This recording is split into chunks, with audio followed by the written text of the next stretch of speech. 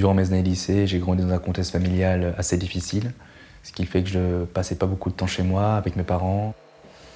J'ai été plongé dans un monde adulte assez tôt, ce qui fait que j'étais souvent en décalage avec ma génération. J'étais un petit peu mis de côté par les autres. Je manquais de confiance en moi également, du fait que j'étais en surpoids.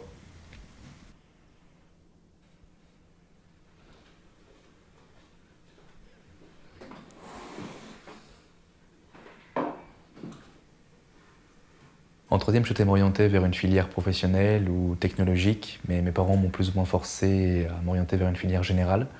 J'ai passé mon bac tant bien que mal. Mon but premier, c'était de prendre mon indépendance le plus tôt possible. Donc j'ai mis mes études de côté et j'ai démarré par un CDD de 6 mois dans une imprimerie. Mon travail à l'usine était juste provisoire, c'était un premier pas dans le monde du travail. Ce que je souhaitais faire, c'était incorporer les sapeurs-pompiers professionnels. Mais j'ai vite constaté que cette filière était très bouchée, très exigeante. Comme j'avais vraiment envie de travailler dans les métiers de la lutte contre l'incendie, j'ai décidé de passer mon diplôme d'agent de sécurité incendie. J'ai intégré un centre de formation et j'ai obtenu mon diplôme.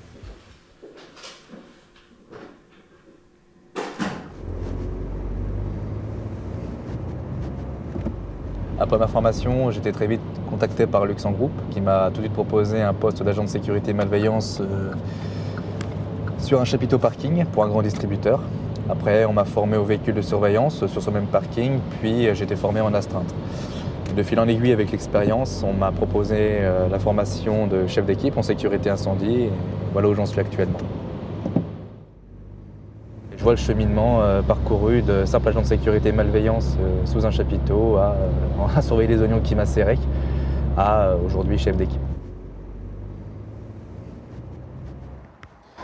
Durant les années où j'étais agent de sécurité incendie, Asdin, mon chef d'équipe de l'époque, m'a pris sous son aile, il m'a poussé à passer le niveau 2 de chef d'équipe en sécurité incendie, donc le SIAP 2.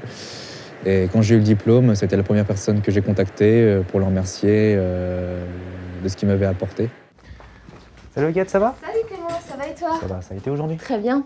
Et toi? Très bien, parfait. Les formations, tout comme leur mise à jour, sont extrêmement importantes dans mon métier car la réglementation évolue de façon perpétuelle.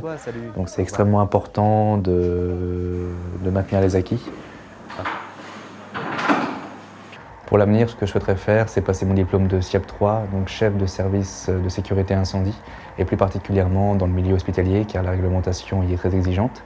Si je fais le point actuellement sur ma carrière, j'ai 26 ans, je suis déjà chef d'équipe, c'est plutôt pas mal je pense, mais il faut sans cesse maintenir ses acquis, penser à toujours progresser, persévérer, et surtout ne pas oublier d'où on vient.